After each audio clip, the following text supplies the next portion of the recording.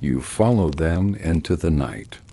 Outside, snow still blankets the village, thick and soft beneath the stars. The sky has cleared, and above you spreads a deep velvet night, glittering with constellations. The air is cold, but it is crisp, clean, filled with the scent of pine and frost. And though the night is dark, you feel no fear, for within you burns the warmth of the silent feast. The villagers disperse toward their cottages, their lanterns glowing like fireflies along the snowy lanes. Windows flicker to life one by one, each home rekindling its own little hearth, its own little flame.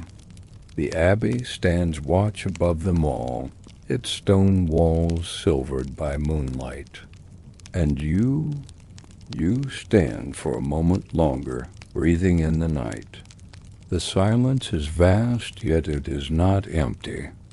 It is full of peace, of light remembered, of hope carried into tomorrow.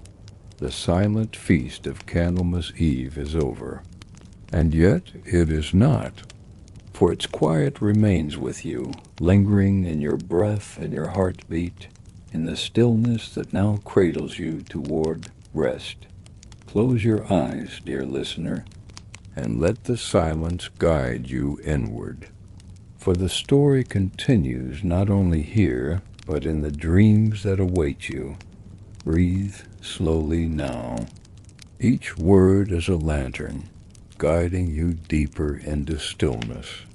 Let your shoulders sink, let your hands rest, and feel the warmth of this story surround you like a cloak of soft wool. The villagers have left the abbey, yet their silence carries with them. Down the snowy lanes they walk, lanterns glowing faintly in the frosty dark. Each step makes only the gentlest crunch, quickly swallowed by the hush of fresh snow. It is as though the entire village has agreed to walk in reverence, not disturbing the night that cradles them. You follow the path among them, your breath curling upward like a prayer in the cold. Above, stars gleam sharp and bright, scattered across the velvet sky. The moon, pale and watchful, spreads its light over rooftops and fields, painting the snow in silvery hues. The night feels endless, yet tender like a great silence that has opened its arms to welcome you. One by one, villagers turn down smaller paths, reaching their cottages.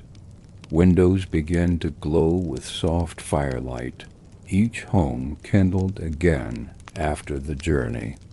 Smoke drifts lazily from chimneys, winding into the night air.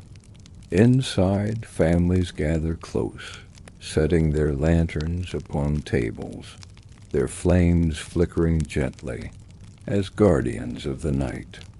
You, too, are drawn toward a cottage at the edge of the lane.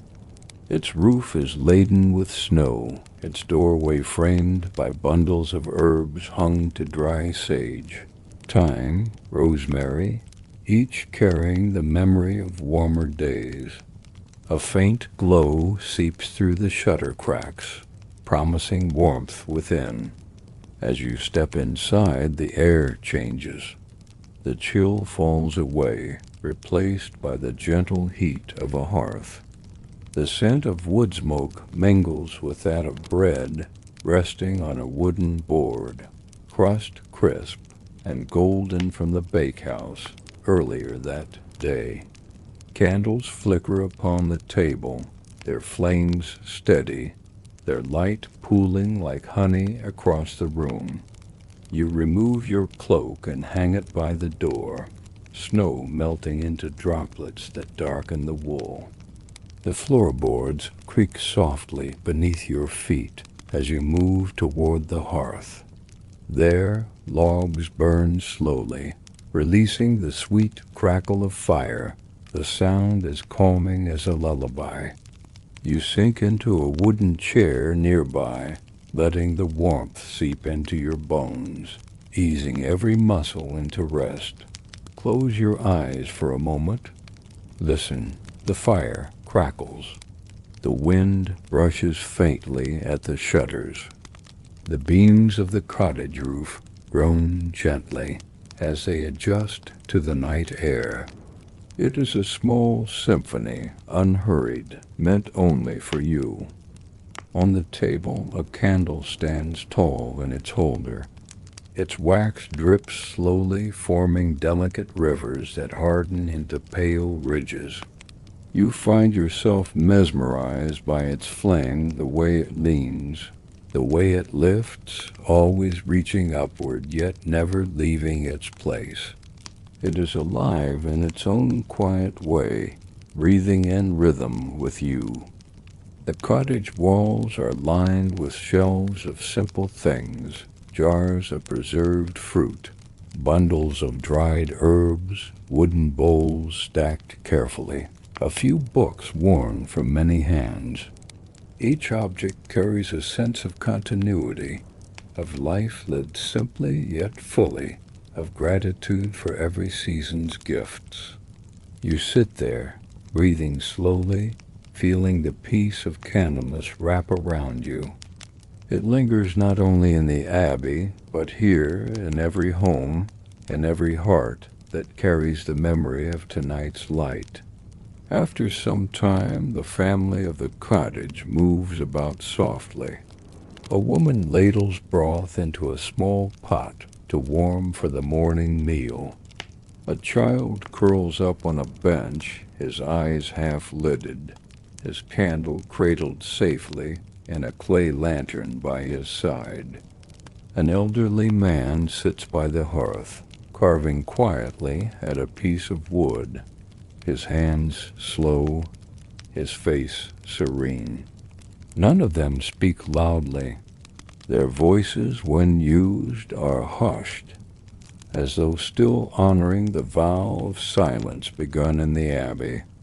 You notice how even in ordinary movements, stirring a pot, folding a cloth, setting a mug upon the table, there is reverence. The silent feast has taught them that stillness is not only for the abbey but for life itself.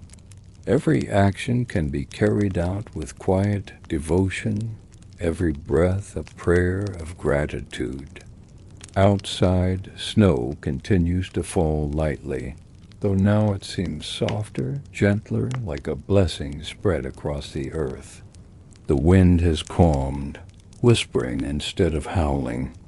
The night feels endless in its peace, and yet you know dawn will come, carrying with it the promise of springtime light. For now, though, there is only this moment.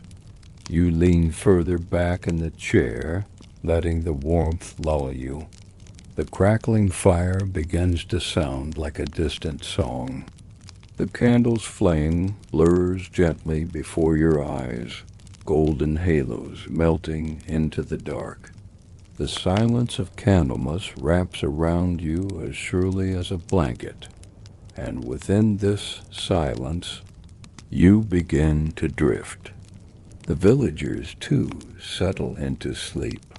Children are tucked beneath heavy woolen blankets. Lanterns are lowered, their flames dimmed to the smallest of glows, enough to keep away the dark without piercing the rest. Adults sit for a while longer, their thoughts softening in the firelight, before joining their children in slumber. The cottage becomes still, breathing quietly in unison with all the other cottages across the snow-veiled village.